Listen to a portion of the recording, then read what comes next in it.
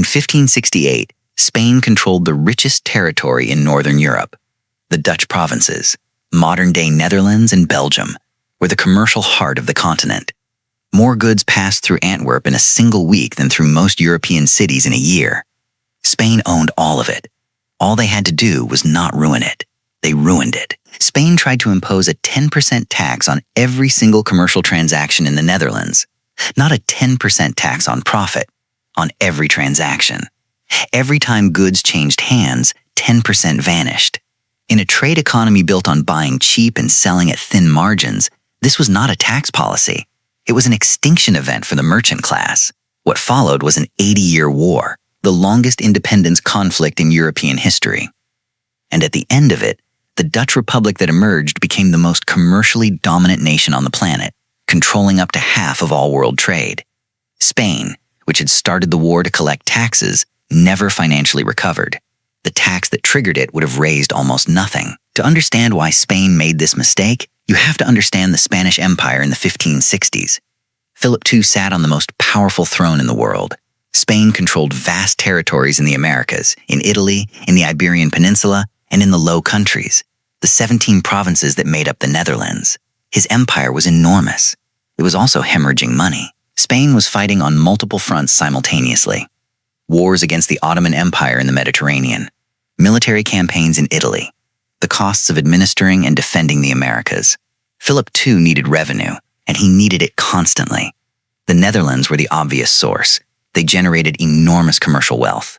The logic seemed straightforward: tax the rich provinces. The man Philip sent to sort things out was Fernando Alvarez de Toledo, the Duke of Alba. Alba was one of the most experienced military commanders in Europe. He had won major campaigns in Italy and Germany. He was disciplined, ruthless, and completely wrong for what the Netherlands actually needed. Philip needed an accountant. He sent a general. Alba arrived in the Netherlands in 1567 with 10,000 troops. His first act was to establish what became known as the Council of Troubles, which the Dutch quickly renamed the Council of Blood. It was a special tribunal designed to try anyone accused of heresy or rebellion. Due process was minimal. Appeals were impossible. Sentences were swift. The Council of Blood's first major act was to arrest and execute two of the most prominent nobles in the Netherlands, the Count of Egmont and the Count of Hoorn. These were not radicals. Egmont had served Philip loyally for years. He was a war hero. His execution sent a message to every noble in the Netherlands: loyalty offers no protection. Even the Catholic Dutch nobility, who had no sympathy for Protestant rebellion, were appalled. Over the next several years, the Council of Blood condemned approximately 18,000 people. Around 1,000 were executed. Thousands more fled. Mostly the wealthiest and most skilled merchants, craftsmen, and financiers, exactly the people a government running on tax revenue needed to keep. Alba's security policy was economically identical to setting fire to the tax base. Then came the 10th penny.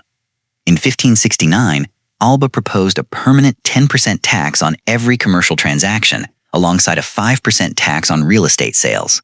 The Dutch merchant class immediately understood what this meant. A trader buying fish in Norway, shipping it to Amsterdam, selling it to a wholesaler, who sold it to a retailer, who sold it to a customer, would see 10% extracted at every step.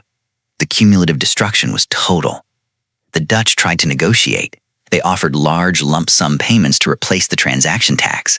They proposed alternatives. They explained, patiently, how their trade economy actually functioned and why a transaction tax would kill it. Alba was uninterested. He had his orders and his logic.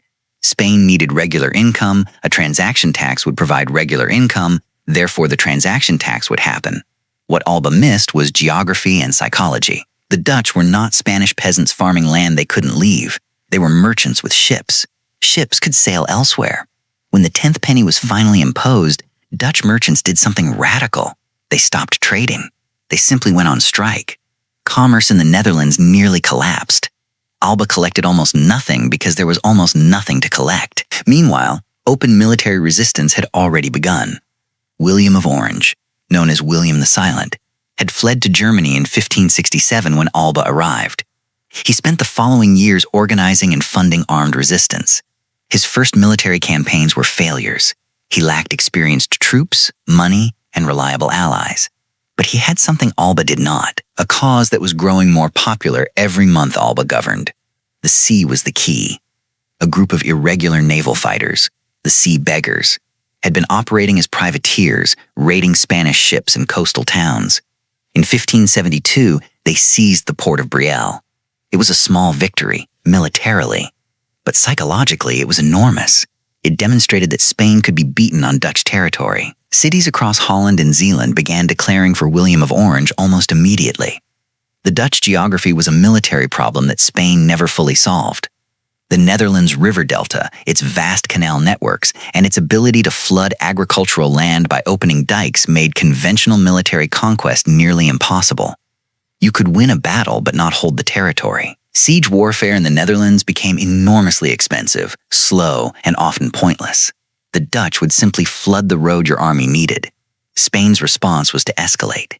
In 1576, Spanish troops who had not been paid, mutinied, and sacked Antwerp, the commercial capital of the Netherlands, in what became known as the Spanish Fury.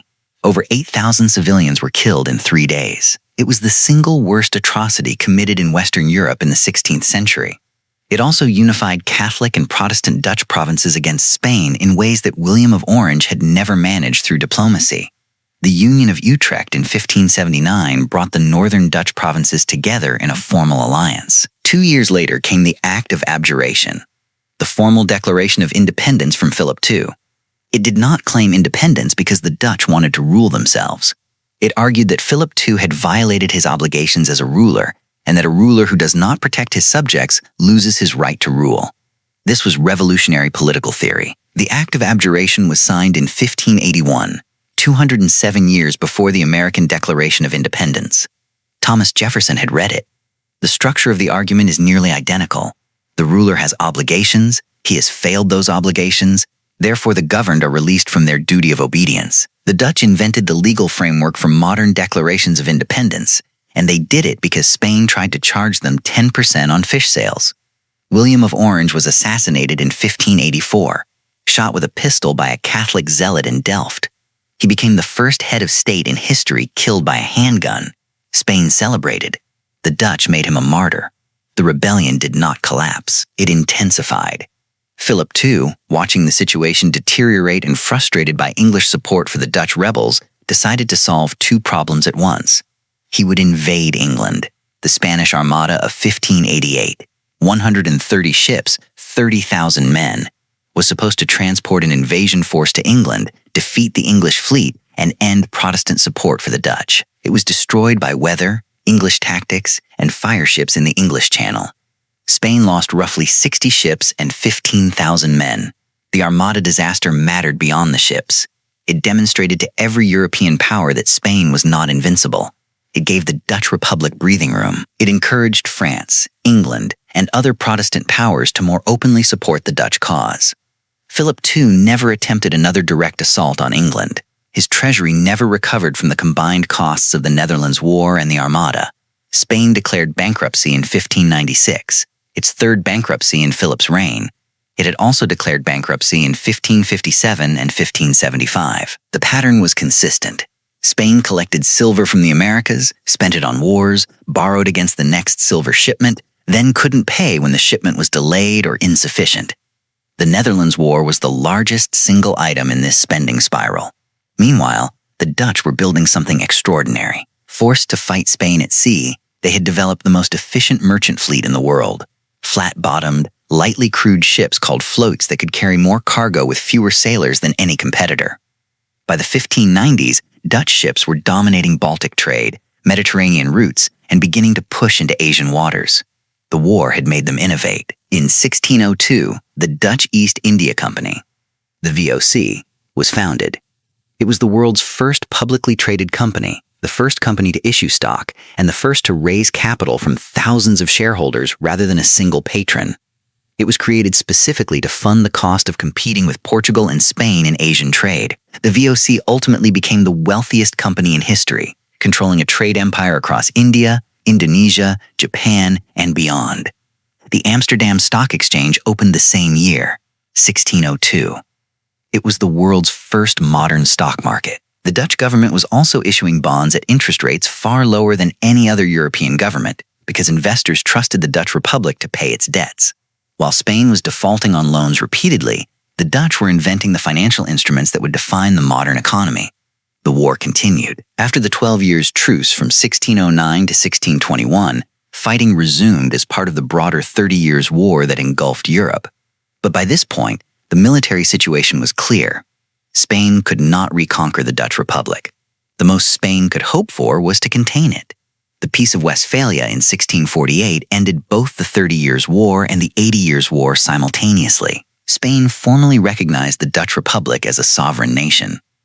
It had taken 80 years of continuous warfare, cost Spain 4 national bankruptcies, and killed hundreds of thousands of people. What had triggered it was a 10% tax on commercial transactions that Spain had never successfully collected. The Dutch Golden Age that followed is one of the most concentrated explosions of wealth, culture, and innovation in human history. Between roughly 1588 and 1672, the Dutch Republic, a nation of perhaps 2 million people, became the dominant maritime power, the commercial center of the world, and home to a cultural flowering that produced Rembrandt, Vermeer, and Spinoza. All of it grew directly from the institutions and innovations developed during the survival struggle against Spain. Rembrandt painted portraits of merchants, the social class whose resistance had created the Republic. Vermeer's scenes of domestic interiors reflected the prosperity of a mercantile society. Spinoza developed philosophical frameworks for religious tolerance and individual liberty, ideas that could only flourish in a country whose founding ideology was resistance to imposed authority. The Dutch Golden Age was philosophically downstream from the act of abjuration. Spain, meanwhile, entered a long decline. The costs of the 80 Years' War, combined with the costs of the 30 Years' War, the repeated bankruptcies, and the structural weaknesses of an empire funded by silver from the Americas rather than productive domestic commerce, left Spain permanently weakened. By the late 17th century, the nation that had controlled the richest province in Europe had been replaced as a commercial power by the province that had rebelled against it. The irony is almost mathematical. The 10th penny, if it had worked, would have generated significant revenue, but not empire-changing revenue. Spain's treasury needed systemic reform, not one new tax. The 10th penny was never going to solve Spain's structural financial problems. It was only ever going to make them worse. The deeper problem was that Philip II and Alba did not understand what they owned. They saw the Netherlands as a territory to be administered and taxed. The Dutch merchants saw it as a system, a complex commercial ecosystem where the movement of goods created wealth that could not be captured by simple extraction. Tax the transactions, you kill the transactions. Kill the transactions, the wealth disappears. There is a pattern that repeats throughout history. An empire reaches into a productive territory. It sees wealth and wants a share. It designs a mechanism to extract that share. The mechanism is too blunt. It doesn't account for how the wealth actually works. The extraction damages the system that generates the wealth. The empire ends up spending more suppressing resistance than it ever would have collected in taxes. The act of abjuration established, in formal legal language, that sovereignty derives not from divine right alone, but from the relationship between ruler and ruled. The ruler has obligations. If he fails them, the ruled are released from obedience. This idea, radical in 1581, became the foundation of modern democratic theory. Locke built on it. Jefferson used it. The American and French revolutions are philosophically downstream from the Dutch revolt against a tax. The VOC, the Dutch East India Company, at its peak employed over 100,000 people, maintained its own army, ran its own navy, governed territories in Asia, and had a market capitalization that, adjusted for today's economy, would make it the largest company ever to exist. It was founded to survive a war against Spain. It ended up building an empire that dwarfed Spain's. The Spanish made one more fundamental error. They assumed that military force could override economic reality. Spain spent 80 years trying to militarily enforce a tax that the Dutch economy had simply routed around. The Dutch didn't defeat Spain's army. They made Spain's army irrelevant. Spain tried to tax the wrong people in the wrong way. The people it tried to tax were merchants, mobile, networked, financially sophisticated, with ships. When the tax made staying in Spain's system more expensive than fighting Spain's system, they fought. 80 years later, the Dutch Republic was the financial capital of the world. Spain was effectively bankrupt, and the 10% tax that had started it all had never been successfully collected. Sometimes the most consequential mistakes are the ones that seem like accounting decisions.